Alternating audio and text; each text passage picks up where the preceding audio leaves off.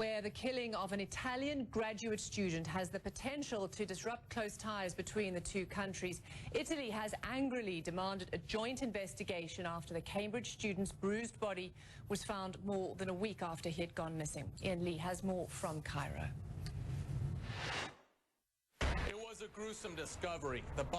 كل الجرائد العالمية امبارح كتبت عن التصريحات التصعيدية اللي عملها رئيس الوزراء الإيطالي بخصوص مقتل الطالب جوليو ريجيني، واللي بيحذر فيها أن العلاقات مع مصر على المحك إلا إذا المسؤولين المصريين أفصحوا عن العذب جوليو حتى الموت بطريقة وحشية.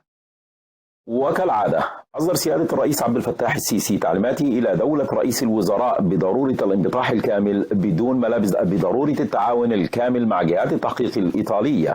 يذكر أن ما زالت الحكومة الإيطالية على قناعة بأن من قتل جوليو هو جهاز أمني مصري، خاصة وأن لديهم شهود عيان أكدوا أن جوليو قد تم القبض عليه يوم 25 يناير في منطقة الدقي. وتغيير قناعة الجانب الإيطالي أصبح من المستحيلات، خاصة مع تردي الأداء الأمني للأجهزة الأمنية. سيادة الرئيس: نحن الآن في ورطة، إن المجتمع الإيطالي ليس منهم من يأكلون البرسيم أو يحملون البيادات فوق رؤوسهم.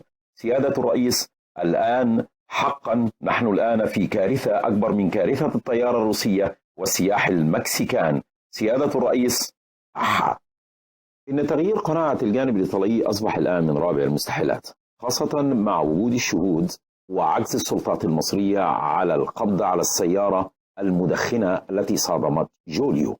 الكارثة الآن أكبر بكثير من كارثة الطيارة الروسية والسياح المكسيكان للأسباب الآتية: الحالة الأولى كانت حادثة إرهابية، إهمال وتقصير أمني فادح نعم، لكنه إهمال أمني. والثانية كان خطأ عملياتي للطيار بجاتي، لكن في حالة جوليو لو صح تورط جهاز أمني هتبقى أول حالة قتل متعمد لأجنبي بعد عملية تعذيب وصفتها السلطات الإيطالية بالوحشية. ويذكر أن جوليو كان طالب دكتوراه، وبالتالي من المتوقع أن الجامعات والمؤسسات الأكاديمية الدولية هتتحرك ضد مصر.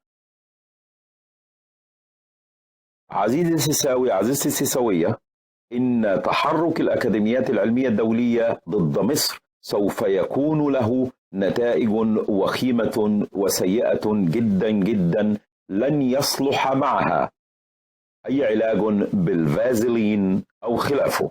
عزيزي السيساوي، عزيزتي السيساوية، لن يصلح معكم أي نوع من أنواع الفازلين.